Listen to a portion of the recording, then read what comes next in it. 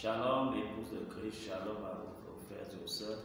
Je viens ce soir souhaiter meilleurs vœux à mes frères et sœurs de l'église de Tabernacle et de tous les chrétiens du Gabon du monde entier.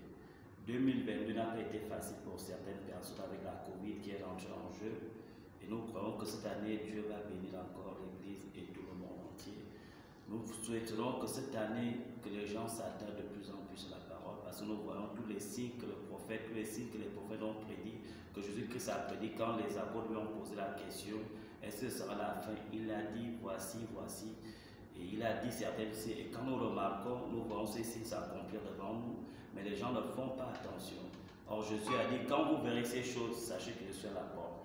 Donc nous croyons que ces choses sont là, que Jésus peut rentrer à n'importe quel moment. S'il n'est pas rentré en 2022, nous devons être prêts pour 2023, parce que 2023, je ne suis pas arrivé. Mes frères et sœurs, est-ce que nous sommes prêts pour 2023? Si Jésus-Christ est arrivé aujourd'hui, à cet instant précis, est-ce que tu es prêt pour que tu te retrouves dans les airs avec Jésus-Christ? Si nous partons à l'église, ce n'est pas pour contempler un homme, pas pour passer du temps, mais nous partons pour être meilleurs et meilleurs, comme dit le prophète.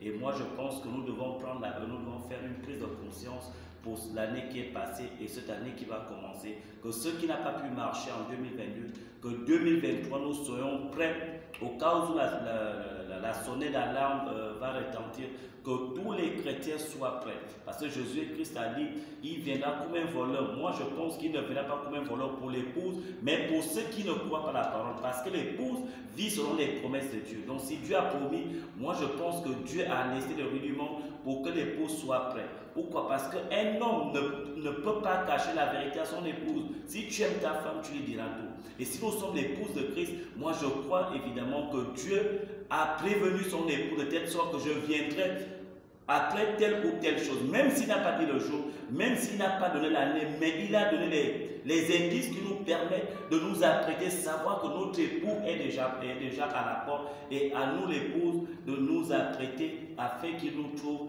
comme il nous l'a laissé, une femme fidèle à son mari, une femme soumise, une femme qui répond aux critères d'un époux comme Jésus-Christ.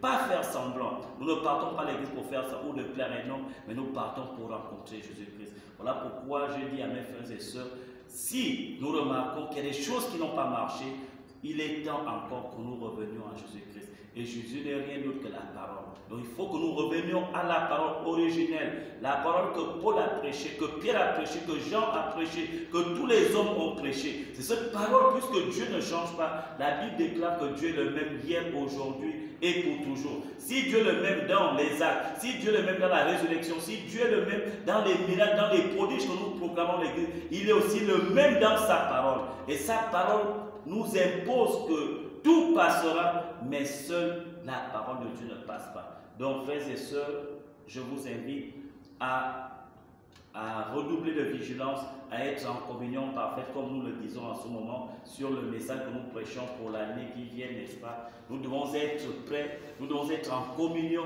nous devons avoir le signe même, le signe parce que nous sommes une épouse qui a le signe, et le signe c'est le Saint-Esprit. Sans le Saint-Esprit, nul ne verra Dieu. Et je bénis tout le monde, je bénis le pasteur, je bénis les frères, je bénis toutes les personnes qui ont contribué à l'œuvre de Dieu, et que cette chose est la même chose pour laquelle nous sommes ici rassemblés, nous accompagne, nous protège tout au long de l'année 2023. Soyez bénis richement, comme le prophète a dit, que s'il y a une parole que nous pouvons donner à l'autre, c'est que Dieu te bénisse. Frères et sœurs, que Dieu vous bénisse, et meilleurs vœux à tous. Au nom du Seigneur Jésus-Christ, j'ai parlé. Amen. Amen. Voilà.